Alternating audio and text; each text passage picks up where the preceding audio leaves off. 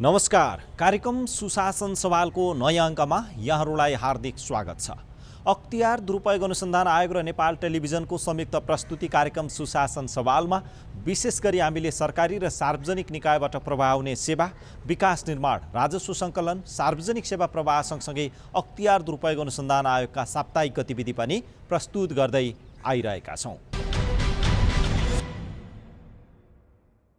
दर्शकवृन्द, सुशासन प्रवर्धन र भ्रष्टाचार नियन्त्रणमा अख्तियार दुरुपयोग अनुसन्धान आयोग सँगसँगै जिम्मेवार पदाधिकारी, जिम्मेवार जननिर्वाचित प्रतिनिधि र जिम्मेवार नागरिक तपाईँ हामी सबैको जिम्मेवारी र दायित्व उत्तिकै छ।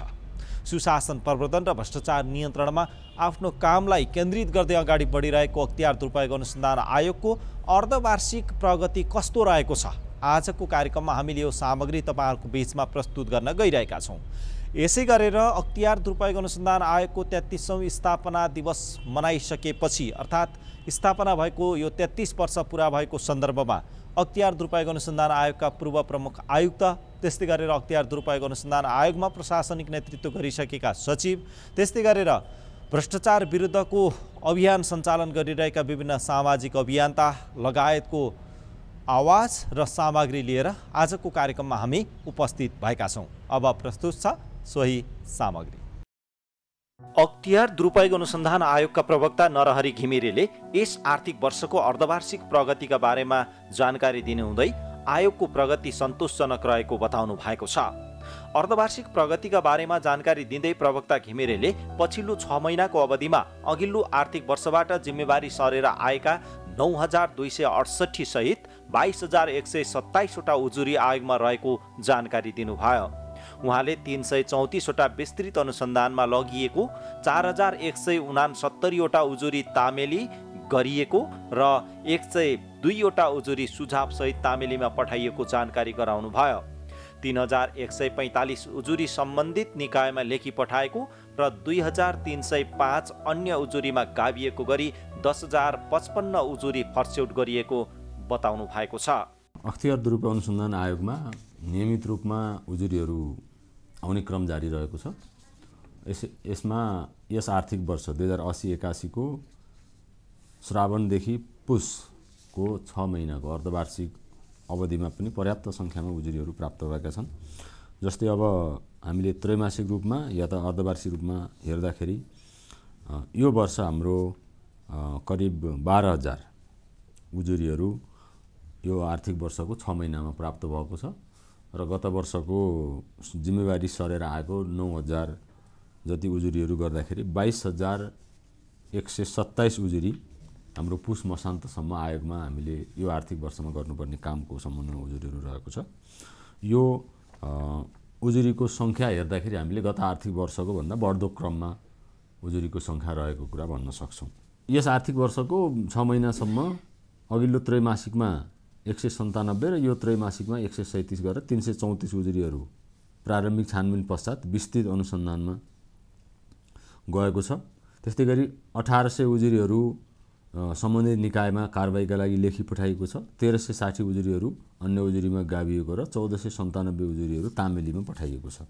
यो प्रारम्भिक छानबिनतर्फको प्रगति हेर्दाखेरि यो अवस्था हाम्रो देखिन आएको छ भने अब विस्तृत अनुसन्धानतर्फ पनि हामी उजुरीहरू अनुसन्धान गर्छौँ र विस्तृत अनुसन्धानबाट चाहिँ हाम्रो विशेष अदालतमा आरोपपत्र दायर गर्ने सम्मको कारबाही चल्छ, जसमा यस आर्थिक वर्षको 6 महिनामा हेर्दाखेरि हामीले 81 वटा आरोपपत्रहरू विशेष अदालतमा दायर गरिएका छन्, जसमा विभिन्न प्रकारका भ्रष्टाचारजन्य कसुरहरू रहेका छन्। जस्तो मुख्य रूपमा घुस रिश्वतसँग सम्बन्धित, त्यस्तै गरी सार्वजनिक सम्पत्तिको हानि नोक्सानी, गैरकानुनी लाभ हानिसँग सम्बन्धित मुद्दाहरू उल्लेख्य सङ्ख्यामा छन्।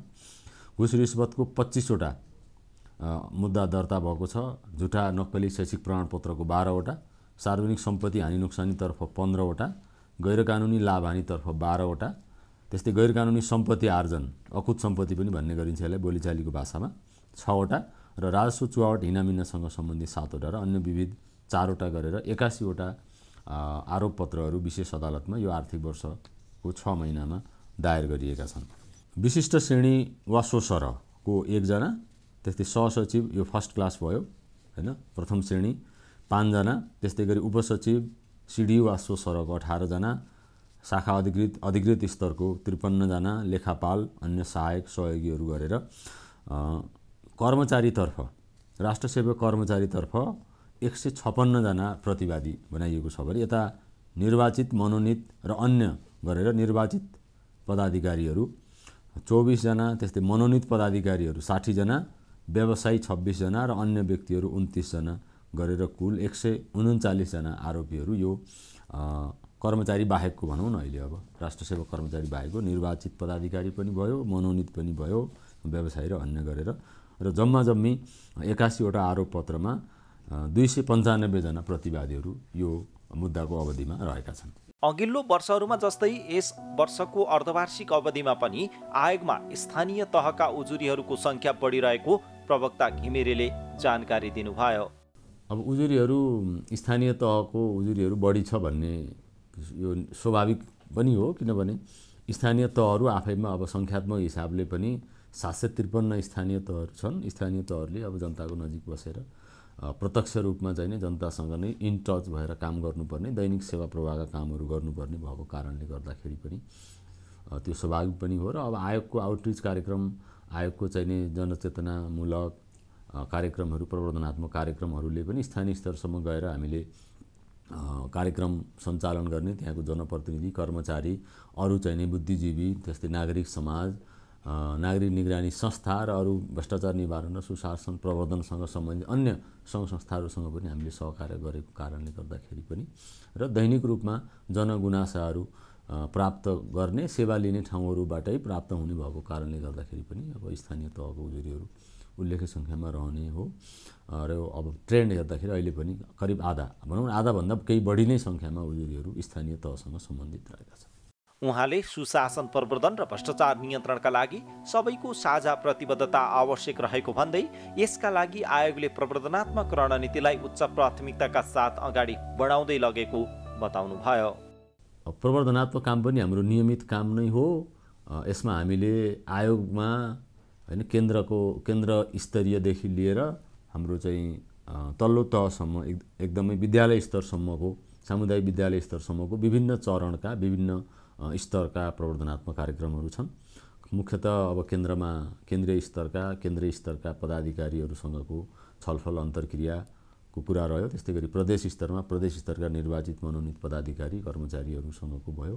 त्यस्तै जिल्ला स्तरमा, स्थानीय स्तरमा र विद्यालयमा सामुदायिक विद्यालयका विद्यार्थी भाइ बहिनीहरू, त्यहाँका चाहिँ शिक्षक साथीहरूसँगको पनि अन्तर्क्रियाको कुरा भयो। विद्यालय व्यवस्थापन समिति, प्रधानाध्यापक लगायतको यो हाम्रो नियमित कार्यक्रम यतापट्टि आयोगले आफैले गर्ने भयो। त्यस्तै गरी आउटरिचको कार्यक्रम, मिडिया आउटरिच अन्तर्गत हामीले अब टेलिभिजनका कार्यक्रमहरू, त्यस्तै रेडियोमा जिङ्गलहरू बजाउने, CRBT हाम्रो स्थापना दिवसको अवसरमा CRBT पनि बजायौँ हामीले र त्यसबाट पनि त्यो 24 घण्टाभित्र फेरि उल्लेख्य सङ्ख्यामा थप उजुरीहरू पनि प्राप्त भएको छ।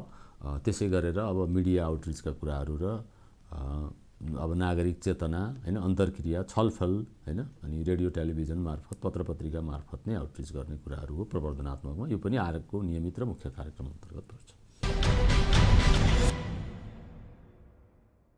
दर्शकबिन, अख्तियार दुरुपयोग अनुसन्धान आयोगको यो अर्धवार्षिक प्रगतिको अवस्थाको जानकारी पछि अब लागौँ अख्तियार दुरुपयोग अनुसन्धान आयोगको स्थापना भएको यो 33 वर्ष पुरा भइसकेपछि, अर्थात् यो अख्तियार दुरुपयोग अनुसन्धान आयोग, दर्शकबिन अख्तियार दुरुपयोग अनुसन्धान आयोगको अर्धवार्षिक प्रगतिको यो जानकारी सँगसँगै अब हामी तपाईँहरूको बिचमा अख्तियार दुरुपयोग अनुसन्धान आयोग स्थापना भएको 33 वर्ष पुरा भएको सन्दर्भमा विभिन्न व्यक्तिहरूको आवाज समेटेर यो सामग्री तयार पारेका छौँ। सोही सामग्री यहाँ प्रस्तुत गर्न गइरहेका छौँ।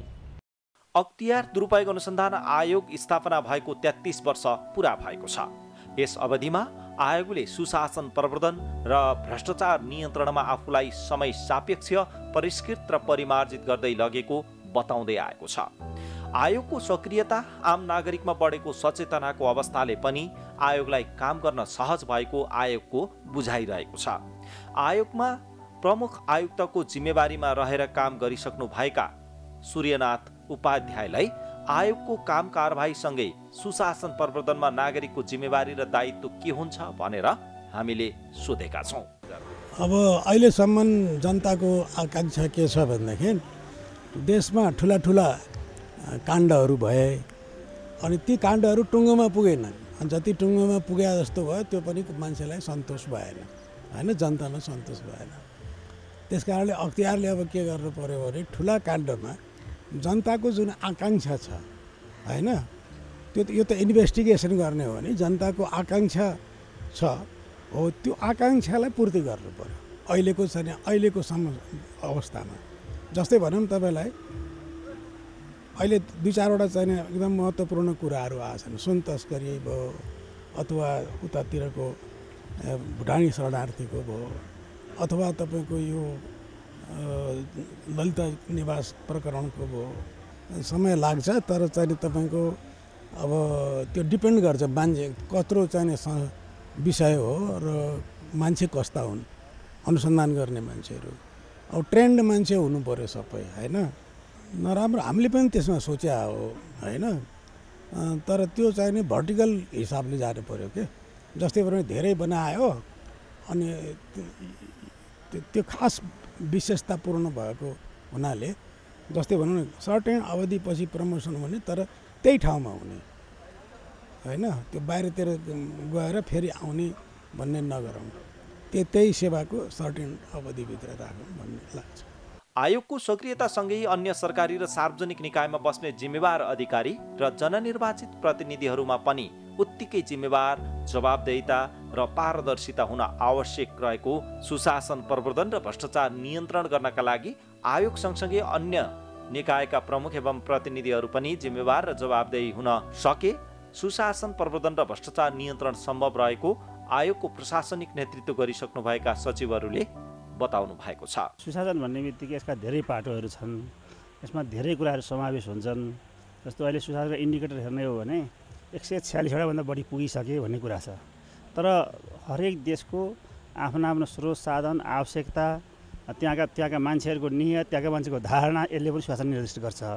जस्तै अहिले हामी के भनिरहेका छौँ भने कानुनको शासन, पारदर्शिता लगायतका उत्तरदायित्वको कुराहरू छन्। अब कतिपय चाहिँ कस्तो हुँदो रहेछ भनेदेखि चाहिँ उत्तरदायित्वको कुरा गर्दाखेरि कहाँ टुङ्गिने कहाँ सुरु हुने भन्ने कुरा हुँदो रहेछ। कतिपय कानुनमा के भने एकरूपता हुनुपर्ने, कस्तो कानुनको बिचमा चाहिँ दुईवटा कानुनको बिचमा के कुरा बाजियो त्यसले कुन चाहिँ कानुन लागू गर्ने यस्ता कुराले समस्या पारेको छ। सबभन्दा ठुलो समस्या चाहिँ के हो भन्दाखेरि चाहिँ नियत चाहिँ के भने ठिक हो भने यसले सुशासन प्रवर्धन गर्न एकदमै उसको कुलको काम गरिहाल्छ र त्यसले के भने कडीको काम गरिहाल्छ। तर नियत चाहिँ प्रष्ट हुनुपर्छ। भ्रष्टाचार नियन्त्रण र सुशासन प्रवर्धन बहुआयामिक विषय हो। एउटै उत्तरबाट मात्रै एउटै वाक्यबाट मात्रै यसको सम्बोधन सम्भव छैन। यसलाई निरोधात्मक, प्रवर्धनात्मक, उपचारात्मक तीनटै विधिबाट हेर्नुपर्ने हुन्छ र भ्रष्टाचार समाजको सोचमा परिवर्तन, व्यक्तिको सोचमा परिवर्तनबाट मात्रै भ्रष्टाचार निवारण सम्भव छ।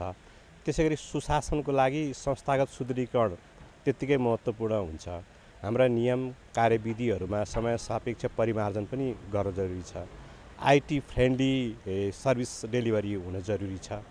त्यसैगरी नागरिकहरूलाई केन्द्रबिन्दुमा राखेर सेवा प्रवाह गर्ने प्रतिबद्धता व्यवहारमा नै उतार्नुपर्ने जरुरी छ। साथसाथै ठुला किसिमका ठेक्कापट्टा र सार्वजनिक खरिदमा सुधार गर्नुपर्ने आवश्यकता पनि त्यत्तिकै छ। र समग्रमा चाहिँ आम नागरिकलाई भविष्यको सुरक्षाको प्रत्याभूति, सामाजिक सुरक्षाको प्रत्याभूति दिन सकियो भनेदेखि भ्रष्टाचार नियन्त्रण सम्भव हुन्छ। यसको लागि शिक्षा र स्वास्थ्य क्षेत्रमा सुधार, निःशुल्क शिक्षा, निःशुल्क गुणस्तरीय शिक्षा, निःशुल्क गुणस्तरीय स्वास्थ्यको प्रत्याभूतिको साथसाथै सामाजिक व्यवहारमा रूपान्तरण गर्नुपर्ने, सामाजिक चालचलनमा रूपान्तरण गर्नुपर्ने, सामाजिक खर्चमा कटौती गर्नुपर्ने आवश्यकता पनि त्यत्तिकै छ। यसले नै सुशासन प्रवर्धन गर्नको लागि सहयोग हुन्छ। सुशासन प्रवर्धन र भ्रष्टाचार नियन्त्रण अख्तियार दुरुपयोग अनुसन्धान आयोग एक्लैको प्रयास र पहलबाट मात्रै सम्भव छैन भन्ने अहिले धेरैको बुझाइरहेको छ। यसै कुरामा जोड दिँदै आयोगलाई कानुनी रूपमा पनि बलियो बनाउनु पर्ने तर्क गर्नुहुन्छ भ्रष्टाचार विरुद्धको सामाजिक अभियानमा लागिरहनुभएका र काम गरिरहनुभएका केदार खड्का। अब जुन अख्तियार सम्बन्धी ऐन, भ्रष्टाचार निवारण सम्बन्धी ऐन संसदमा विचाराधीन छ। अब यो आगामी यही सेसनमा नै पारित गरेर देखाउनु भयो भने उहाँको क्षेत्र विस्तारको परिकल्पना जुन आशा राख्नु भएको छ अख्तियारबाट यो पुरा हुन्छ जस्तो लाग्छ मलाई। किनभने सबभन्दा पहिले भ्रष्टाचार निवारण गर्नको लागि राजनीतिक नेतृत्व पहिले सुध्रिनुपर्छ, त्यसमा पहिले चेतना आउनुपर्छ, त्यसमा पहिले प्रतिबद्धता आउनुपर्छ, त्यसको जवाफदेहिता बढ्नुपर्छ, अनि मात्रै अन्य निकायले काम गर्न सक्छन्। र अख्तियारले अहिले सीमित अधिकार क्षेत्रभित्र मात्रै बसेर काम गर्नु परेको हुनाले पनि अख्तियार कहिलेकाहीँ विवादमा आउने, कहिले राजनीति मुछिने गरेको छ र यो विडम्बना हो। किनभने अख्तियारको अधिकार नै क्षेत्र नै कटौती गरिएको छ भने उसले अपेक्षित नतिजा पनि दिन सक्दैन र त्यसको लागि हामीले आवाज उठाइरहेका छौँ, लेखेर, बोलेर, भनेर, लबिङ गरेर पनि कुरा गरिरहेका छौँ र आशा गरौँ नयाँ ऐन आउँदाखेरि क्षेत्र विस्तार सँगसँगै अख्तियारलाई थप बलियो बनाउने गरी र अख्तियारबाट बढीभन्दा बढी भ्रष्टाचार निवारणका लागि काम गर्ने प्रतिबद्धता अगाडि जान्छ भने चाहिँ जाँगर पनि चल्छ भन्ने चाहिँ मलाई लाग्छ। यसैगरी यस वर्ष नेपाल विश्वभर भ्रष्टाचार हुने मुलुकको सूचीमा सामान्य सुधारका साथ अगाडि बढिरहेको छ। यो सुधार सन्तोषजनक नभएको र आयोगलाई अझै बलियो बनाउन सके मात्रै विश्वमा नेपालको परिचय र पहिचान बदल्न सकिने तर्क गर्नुहुन्छ ट्रान्सपरेन्सी इन्टरनेसनल नेपालका अध्यक्ष पद्मिनी प्रधानाङ्ग। अब अख्तियार दुरुपयोग अनुसन्धान आयोग एउटा मात्र त्यस्तो निकाय हो कि देशमा जुन सरकारी अफिसरहरूले अख्तियार दुरुपयोग गरेमा, अनुचित कार्य गरेमा, अनियमितता गरेमा अनुसन्धान गरेर कारबाहीको दायरामा ल्याउनलाई मुद्दा दायर गर्ने निकाय एउटै मात्र छ र यसप्रति चाहिँ जनताको धेरै नै आशा छ। यसले गर्यो भने मात्र हुन्छ र अरूसँग यसको अधिकार पनि छैन भन्ने छ होइन। अब अख्तियारले काम गरिरहेको छ तर यसको अधिकारलाई सङ्कुचित पार्ने काम चाहिँ सरकारबाट भइरहेको छ र सदनबाट पनि भइरहेको छ र अहिले जुन विधेयक सदनमा पेश भएको छ त्यसले गर्दाखेरि चाहिँ मन्त्री परिषदको सबै निर्णय चाहिँ नीतिगत निर्णय हुँदैन र मन्त्री परिषदको सबै निर्णयलाई नीतिगत निर्णयको दायराभित्र राखेर चाहिँ अख्तियार दुरुपयोग अनुसन्धान आयोगले छानबिन गर्न पाउने कामबाट चाहिँ हटाइएको छ। त्यसकारणले नीतिगत निर्णयको व्याख्या गर्नुपर्छ भन्ने हाम्रो धारणा हो। हामीले धेरै ध्यानाकर्षण पनि गराइरहेका छौँ। नीतिगत निर्णय बाहेकका अरू निर्णयहरू चाहिँ सबै अख्तियारले हेर्न पाउनुपर्छ भन्ने हामीले चाहिँ माग गरेका छौँ। सुशासन प्रवर्धन र भ्रष्टाचार नियन्त्रणमा सञ्चार क्षेत्रको महत्त्वपूर्ण भूमिका र दायित्व हुने गर्दछ। पत्रकारिताको क्षेत्रमा भ्रष्टाचार नियन्त्रण र सुशासन प्रवर्धनका विषयमा कलम चलाइरहनुभएका र आयोगले आफ्नो 33औं स्थापना दिवसमा पुरस्कृत गरेका पत्रकारहरूलाई हामीले मिडियाले सुशासन प्रवर्धन र भ्रष्टाचार नियन्त्रणमा कस्तो भूमिका निर्वाह गर्नुपर्छ भनेर सोधेका छौँ। हाम्रो जस्तो देशमा सुशासन र समृद्धिको लागि चाहिँ अस्थिर राजनीति भएको अवस्थामा त्यो विकृत व्यवस्था भएको ठाउँमा राजनीति सञ्चालकहरूले गलत गरेको बेला मिडियाहरूले नै प्रतिपक्षको भूमिका निर्वाह गरेर अगाडि बढ्नुपर्छ भन्ने चाहिँ मेरो मान्यता हो। त्यही क्रममा यदि मिडियाहरू थिएनन् भने पछिल्लो समय अब पछिल्लो 1 वर्ष यता भएका काण्डै हेर्ने हो भने सरकारले ल्याएको काण्ड होइन नि यो, मिडियाहरूले नि बाहिर ल्याएका हुन्। मिडियाहरूले प्रतिपक्षको भूमिका निर्वाह गरेकै पनि छन्। त्यससँग एउटा राज्यलाई दिनुपर्ने दायित्व पनि हो मिडियाको।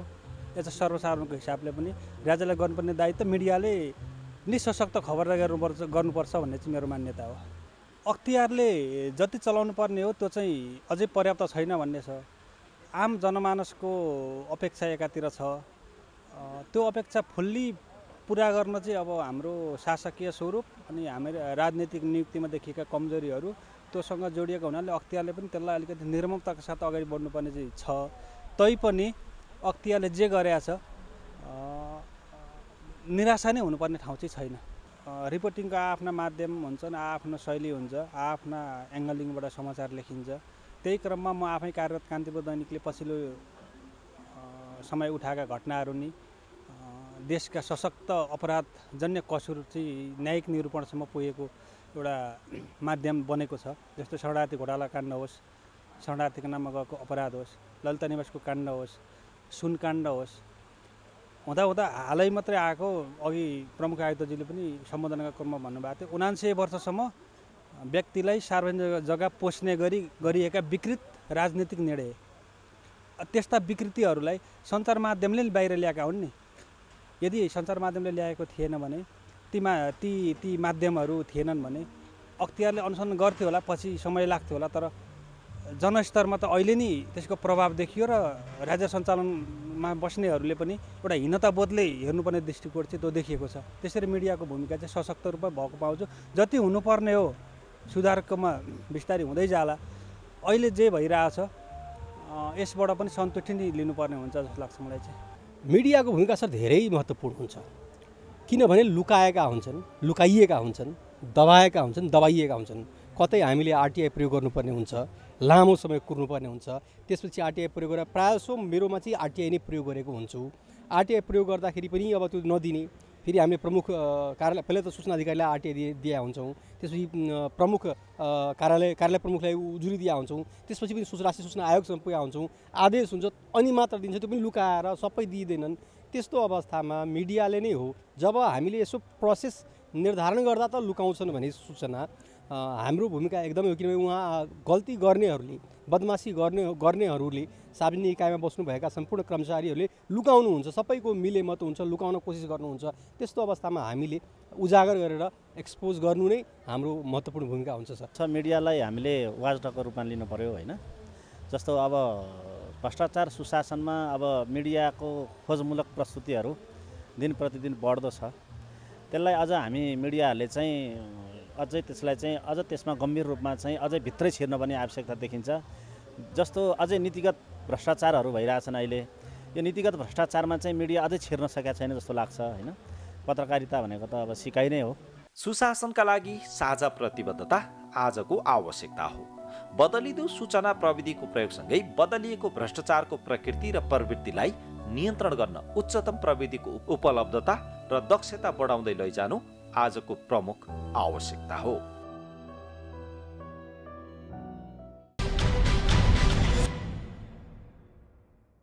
सुशासन प्रवर्धन र भ्रष्टाचार नियन्त्रण साझा प्रतिबद्धताबाट मात्रै सम्भव छ।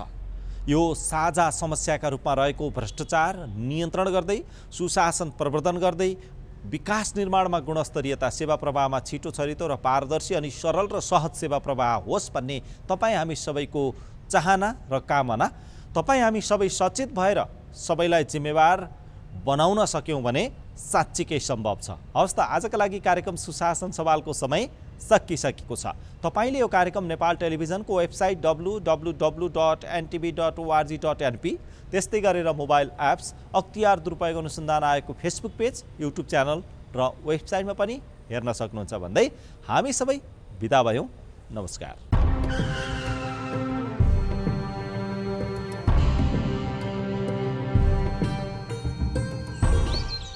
यहाँको पुजारी को हुनुहुन्छ? मैले चिनी यहाँलाई।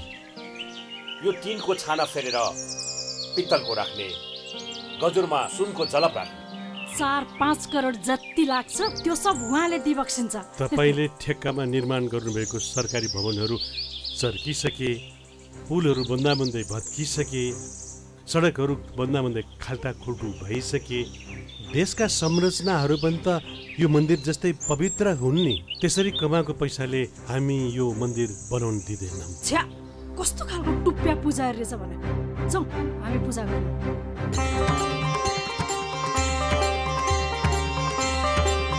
त्यसरी पूजा गर्दैमा भगवानले माफी दिलान् र?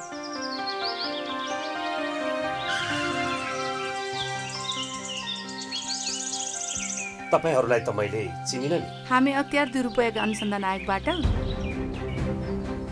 तपाईसँग केही कुरा सोध्नुपर्ने भएकोले तपाईँ हामीसँग हिँड्नुहोला। ए हजुर, दाइलाई फोन लगाइसो न। उता गएर कुरा गर्न मिल्छ, तपाईँ हामीसँग हिँड्नुहोस्।